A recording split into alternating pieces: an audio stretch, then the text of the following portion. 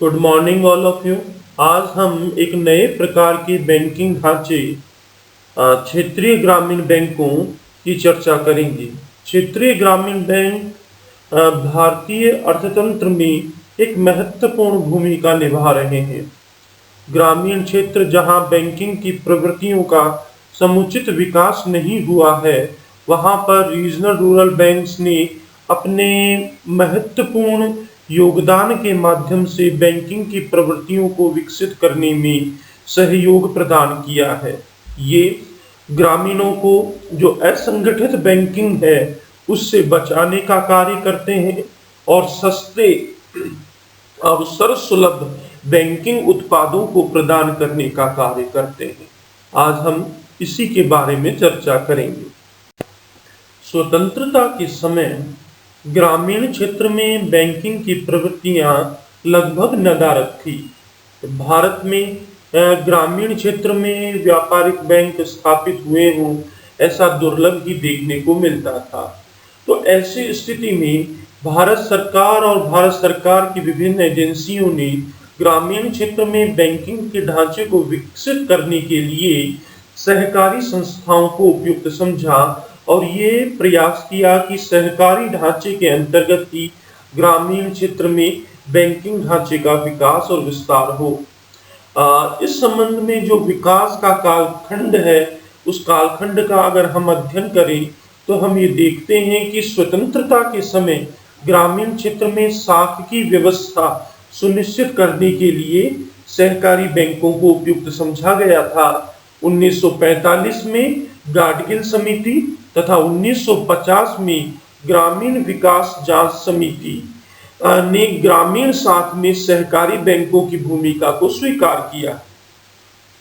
गाडगिल समिति की स्थापना यहाँ पे जो 1945 में हुई वो भारत सरकार के द्वारा हुई और 1950 में ग्रामीण बैंकिंग जांच समिति आरबीआई के द्वारा यहाँ पर स्थापित होती है। इन दोनों समितियों ने ही ग्रामीण क्षेत्रों में बैंकिंग सुविधाओं को विकसित करने के लिए सहकारी ढांचे को उपयुक्त समझा था। कालांतर में 1954 में ग्रामीण साख सर्वेक्षण समिति तथा 1969 में ग्रामीण साख समीक्षा समिति ने यह स्वीकार किया कि सहकारी बैंक ग्रामीण साख की समस्या को हल करने में असमर्थ रहे हैं। 50 और 60 के दशक के आते आते अब यह प्रमाणित होने लगा था कि जो सहकारी बैंकों को जो भूमिका प्रदान की थी, उस भूमिका के निर्वहन में ये विफल रहे हैं और इनकी विफलता के कारण अब ये प्रश्न उठने लगा कि अब नए ढांचे का विकास किस प्रकार से किया जाए। इसी को लेकर के 1969 में हम देखते हैं कि 14 निजी व्यापारिक बैंकों का राष्ट्रीयकरण किया जाता है और ये राष्ट्रीयकरण इसी उद्देश्य से था कि वे ग्रामीण क्षेत्र में अब अधिक से अधिक शाखाएं खोलेंगी और उन शाखाओं के माध्यम से ग्रामीण क्षेत्रों में बैंकिंग की सुविधाओं का विकास करेंगे। बैंकिंग आयोग जो 1972 में आया, उसने ग्रामीण क्षेत्र में कृषि एवं ग्रामीण उद्योगों की सहायता के लिए ग्रामीण बैंक की पृथक से स्थापना करने का सुझाव दिया। तो ये इसका कालक्रम जो टाइमलाइन था, जो विकास का जो या क्षेत्रीय ग्रामीण बैंकों का वैचारिक उद्भव जो हुआ, वो इस कालखंड के रूप में हम देखते हैं। स्वतंत्रता के लगभग 2 दशकों के बाद भी ग्रामीण क्षेत्रों में बैंकिंग ढांचे का विकास नहीं हो पाया था। व्यापारिक बैंकों की अधिकांश शाखाएं और अधिकांश नहीं लगभग संपूर्ण शाखाएं शहरी क्षेत्रों में ही स्थित थी। तो इस शहरी क्षेत्रों के कारण वह ग्रामीण क्षेत्र बिल्कुल अछूते हो गए थे जो बैंकिंग सुविधाओं से, और ग्रामीण क्षेत्रों में ऋण की सुविधा उपलब्ध कराने में अनेक कठिनाइयां सामने आने लगी थी और इन्हीं सभी समस्याओं से निजात पाने के लिए हमें एक नए प्रकार के ढांचे की आवश्यकता महसूस होने लगी, जिससे कि ग्रामीण क्षेत्रों में बैंकिंग का विकास हो सके। व्यापारिक बैंक भी अपने स्तर पर काफी हद तक सही थे, क्योंकि उन्हें ग्रामीण क्षेत्रों में शाखाएं खोलने और शाखाओं के विस्तार के लिए अधिक व्यय करना पड़ रहा था, और वह व्यय लाभदायक व्यय नहीं था, क्योंकि ग्रामीण क्षेत्रों में बचतें जो थी वो अत्यंत निम्न स्तर की बचतें थी, और उन निम्न बचतों से शाखाएं खोल पाना और लाभप्रद रोजगार प्राप्त करना संभव नहीं था। इसलिए व्यापारिक बैंक काफी हेजिटेशन रख रहे थे, काफी झिझक रख रहे थे ग्रामीण क्षेत्रों में विकास और विस्तार की। इसी के साथ में जो व्यापारिक बैंकों का जो अधिकारी वर्ग था उसकी भी अपनी कुछ सीमाएं थी। वह बिल्कुल अपने प्रबंध और अपनी बैंक की नीतियों के विरुद्ध जाकर के ऐसे क्षेत्रों में व्यवसाय नहीं प्रारंभ करना चाह रहे थे जो अपेक्षाकृत कम लाभ प्रदान करने वाला और अधिकांश परिस्थितियों में हानि प्रदान करने वाला क्षेत्र हो। तो ये कुछ चीजें उभर कर आई थी व्यापारिक बैंकों की स्थिति में, जिसने हमें ग्रामीण क्षेत्रों में एक नए प्रकार के बैंकिंग ढांचे को विकसित करने की ओर प्रेरित किया। यदि हम ग्रामीण क्षेत्रीय बैंकों की स्थापना की प्रक्रिया को देखें तो हम देखते हैं कि एन नरसिम्हा की अध्यक्षता में एक समिति की स्थापना की गई, और इस समिति ने अपनी रिपोर्टें भारत सरकार को और आरबीआई को प्रस्तुत की। इन्हीं रिपोर्टों के आधार पर 26 सितंबर 1975 को एक अध्यादेश जारी किया, और उसी अध्यादेश के माध्यम से क्षेत्रीय ग्रामीण बैंकों की स्थापना की गई, जिसने अपना कार्य 2 अक्टूबर 1975 से प्रारंभ कर दिया।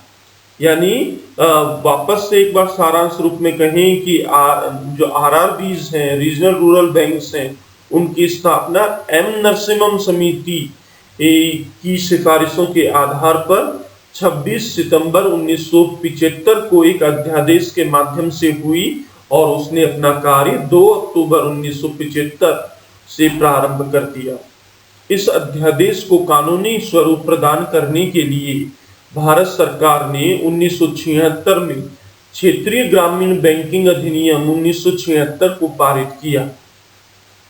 प्रारंभ में 5 क्षेत्रीय बैंक मुरादाबाद, गोरखपुर, भिवानी, जयपुर और मालदा में स्थापित किए गए, और वर्तमान में क्षेत्रीय बैंकों की संख्या 47 है। 12 जुलाई 1983 को नाबार्ड की स्थापना के बाद इन बैंकों का नियंत्रण एवं प्रबंध का कार्य नाबार्ड को सौंप दिया गया था। अब यदि हम क्षेत्रीय ग्रामीण बैंकों के उद्देश्य की बात करें तो स्थापना की प्रक्रिया में आप लोग समझ ही चुके हैं कि क्षेत्रीय ग्रामीण बैंकों की स्थापना ग्रामीण क्षेत्र में वित्तीय सुविधाएं और बैंकिंग सुविधाएं प्रदान करने के लिए की गई थी। तो स्वाभाविक रूप से इसके उद्देश्यों में भी ग्रामीण क्षेत्र की जो बैंकिंग सुविधाएं ही प्रमुख केंद्र बिंदु होंगी। तो हम यहाँ देखते हैं कि इसके प्रमुख उद्देश्य क्या क्या थे। तो पहला, क्षेत्रीय ग्रामीण बैंकों का प्रमुख उद्देश्य ग्रामीण क्षेत्रों में रहने वाले लघु एवं सीमांत कृषकों को कृषि श्रमिकों, कारीगरों एवं छोटे उद्यमियों को ऋण एवं अन्य सुविधाओं की पूर्ति करना है। यानी यह ग्रामीण क्षेत्र में रहने वाले, चाहे वो लघु सीमांत कृषक हों, कृषि श्रमिक हों, कारीगर हों या छोटे उद्यमी हों, सभी को यह बैंक जो ऋण एवं उनके जो वित्तीय आवश्यकताएं हैं उनकी प्रतिपूर्ति करने का कार्य करना इसका प्रमुख उद्देश्य रहा है। अगला, देश के पिछड़े एवं जनजातीय क्षेत्रों में जहां सहकारी एवं वाणिज्यिक बैंकों की शाखाएं नहीं हैं, वहां बैंकिंग सुविधाएं उपलब्ध करवाना इसका दूसरा महत्वपूर्ण उद्देश्य रहा है।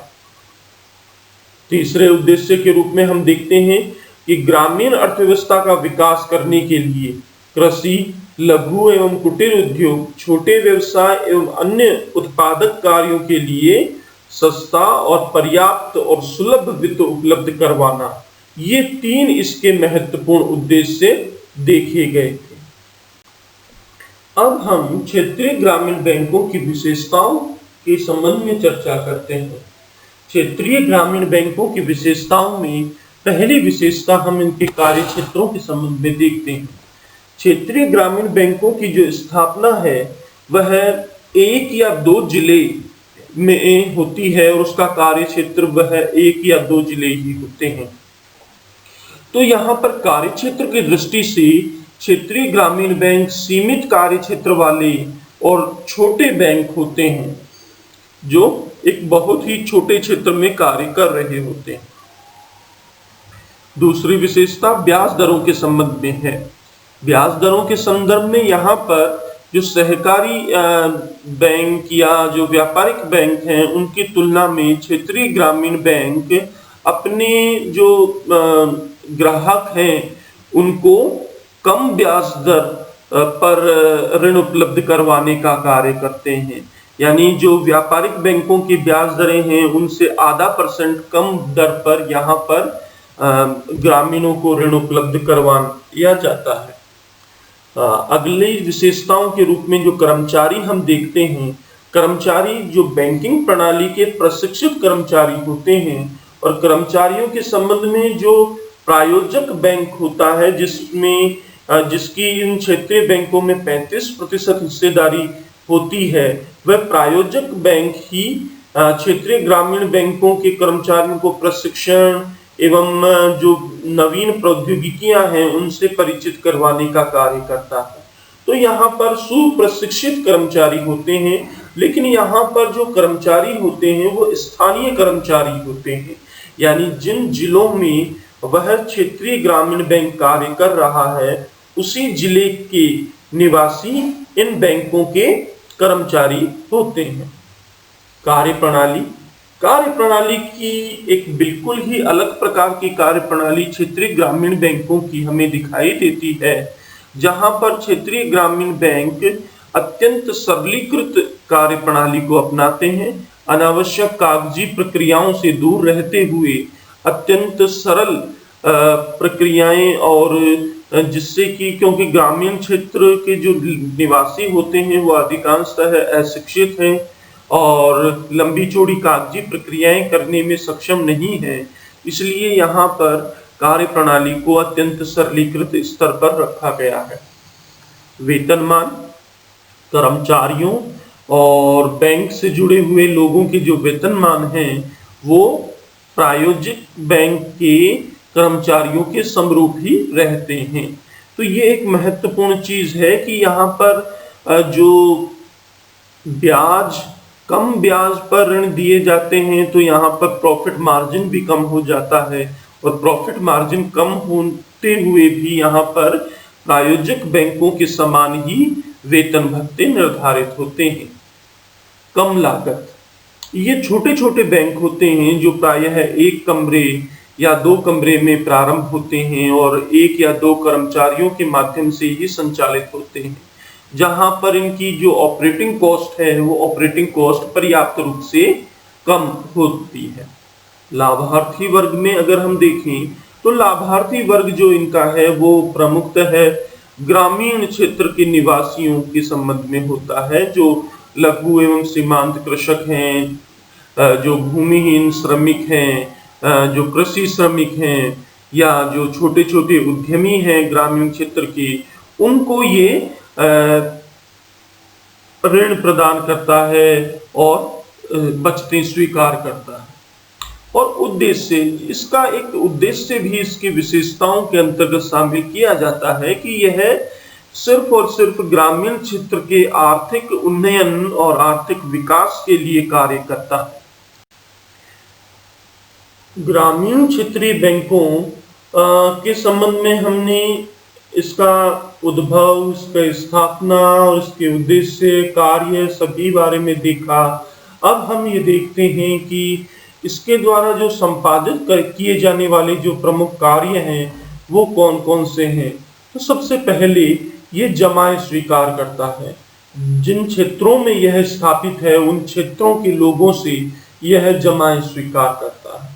फिर दूसरा, ये उधार देता है, ऋण वितरित करता है, यानी उसी क्षेत्र के जिन एक या दो जिलों में यह अपना कार्य क्षेत्र बनाता है उन जिलों के ग्रामीण निवासियों को यह उधार देने का काम करता है। तीसरा, बैंकिंग सुविधाएं उपलब्ध करवाने का कार्य आरआरबी रीजनल रूरल बैंक्स के माध्यम से हो रहा है। चौथा, शाखा विस्तार। शाखा विस्तार यानी जो ऐसे ग्रामीण क्षेत्र या ऐसे छोटे छोटे गांव जहां पर बैंकों का अभी तक विकास नहीं हुआ है या बैंक की शाखाएं नहीं स्थापित हुई हैं, आरआरबी वहां पर अपनी शाखाएं स्थापित करने का कार्य करता है। धन्यवाद। आज हमने क्षेत्रीय ग्रामीण बैंकों के संबंध में चर्चा की और ये देखा कि भारतीय ग्रामीण अर्थतंत्र में गतिशीलता उत्पन्न करने और बैंकिंग सुविधाओं के विकास के लिए भारत सरकार ने किस प्रकार से क्षेत्रीय ग्रामीण बैंकों की स्थापना की, और फिर हमने देखा कि इनके उद्देश्य क्या हैं, इनकी विशेषताएं और इनके कार्य क्या हैं। अगले वीडियो में हम देखेंगे कि क्षेत्रीय ग्रामीण बैंकों की जो प्रबंध व्यवस्था है वो प्रबंध व्यवस्था किस प्रकार की होती है।